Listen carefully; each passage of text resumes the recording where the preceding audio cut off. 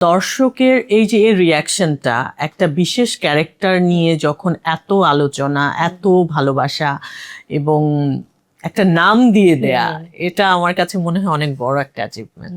তো যখন মিডিয়ায় কাজটা শুরু করলাম বা অফারগুলো আসলো, তখন মনে হয় ও বাসার সবার এরকম একটা ধারণা ছিল যে স্টেজে যেরকম আমরা স্কুলের একটা স্টেজ পারফরমেন্স করি ওইরকম, লাইক গান গাইতে বললে যেরকম হয় সেরকম নাটক করতে বলেছে, নাটক করছে, এরকম একটা ব্যাপার আর কি।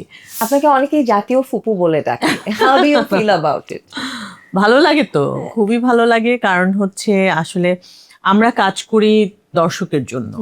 সো দর্শকের এই যে এর রিয়াকশনটা একটা বিশেষ ক্যারেক্টার নিয়ে যখন এত আলোচনা, এত ভালোবাসা এবং একটা নাম দিয়ে দেয়া, এটা আমার কাছে মনে হয় অনেক বড় একটা অ্যাচিভমেন্ট।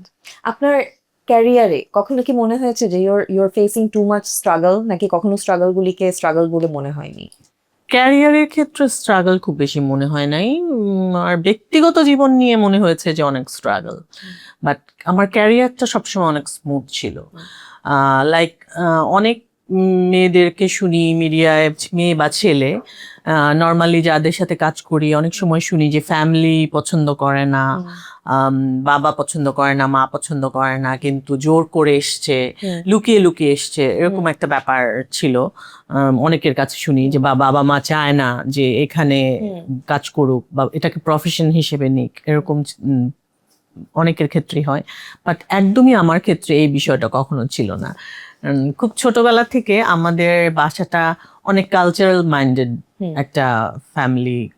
এখন মনে হয় কালচারাল, তখন মনে হতো যে এটা নর্মাল অ্যাকচুয়ালি, যে আমরা স্কুলে যখন পড়তাম আমরা গান শিখবো, নাচ শিখবো, এটা খুব নর্মাল ছিল। বা স্কুলে কম্পিটিশনে আমরা অ্যাটেন্ড করব, আমি গার্লস গাইড করতাম, গার্লস গাইডে আমাকে ক্যাম্পেইন করতে যেতে হয়েছে, বা ওটা নিয়েও যে বাসার কোনো রকম অব্লিগেশন এরকম কখনোই হতো না। বাট আমরা যাব, এগুলো করব, এগুলো এইরকম মেন্টাল সেটটাই ছিল বাসার সবার, যেতেই হবে। আর আমার মা জব করতেন, ওনার অফিসের বিভিন্ন প্রোগ্রামগুলোতে দেখা যেত যে আমরা অ্যাঙ্কারিং করছি, পিকনিকে গিয়ে হয়তো গান গাচ্ছি, বা এরকম পার্টিসিপেট করাটা খুবই নর্মাল ছিল আমাদের বাসায়। তো যখন মিডিয়ায় কাজটা শুরু করলাম বা অফারগুলো আসলো, তখন মনে হয় ও বাসার সবার এরকম একটা ধারণা ছিল যে স্টেজে যেরকম আমরা স্কুলের একটা স্টেজ পারফরমেন্স করি ওইরকম।